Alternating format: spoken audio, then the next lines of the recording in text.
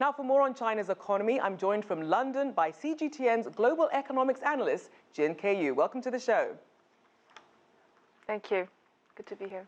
Now, Jin, as we look back, what do you think are the major factors that really buoyed China's economy to grow 6.7% in 2016?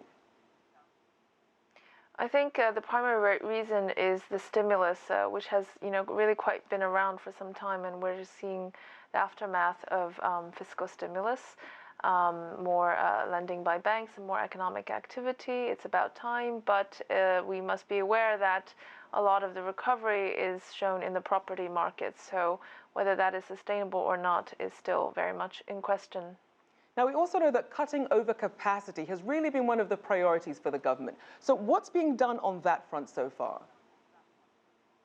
Well, overcapacity really takes time. It's the stock of, manufacturing firms and stock of supply of, steel and other products that are accumulated over decades, and a model that is kind of geared towards making China the industry or the factory of the world. So it takes time.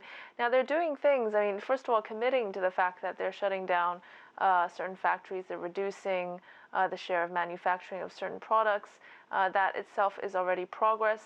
I think adjustment takes time because they have to think about the large amount of employment that they need to transition into other sectors, other firms. So all of this will be slower than we expect, but we are already seeing some of the companies being shut down. So I consider that slow but stable progress.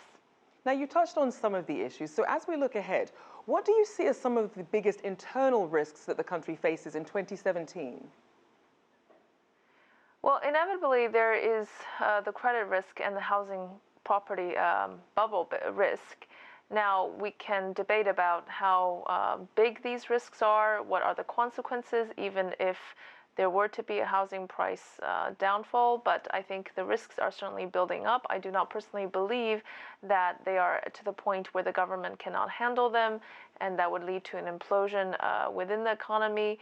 But I think these are the two. Corporate leverage is high, and the property prices, although, if one looks at really the real demand for property, given that urbanization is only a little more than halfway done, I think there's still some pent-up demand for housing. But one has to be very, very careful in terms of distinguishing second, first tier, third tier cities and regions. And there are many places in China where income growth has actually outpaced housing price growth. So it's very heterogeneous, and we need to, make that fine distinction from region to region.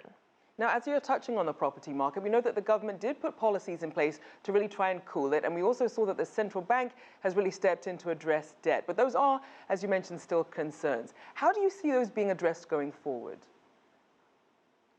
Well, I think that, part of inevitably a lot of the stimulus programs will still show up in terms of housing. And given that the Chinese leadership will want to maintain a high level of growth going into the Congress meeting next year, where stability is absolutely the priority, I think there's very little chance that they're going to take a lot of risk in terms of cooling down substantially the property market.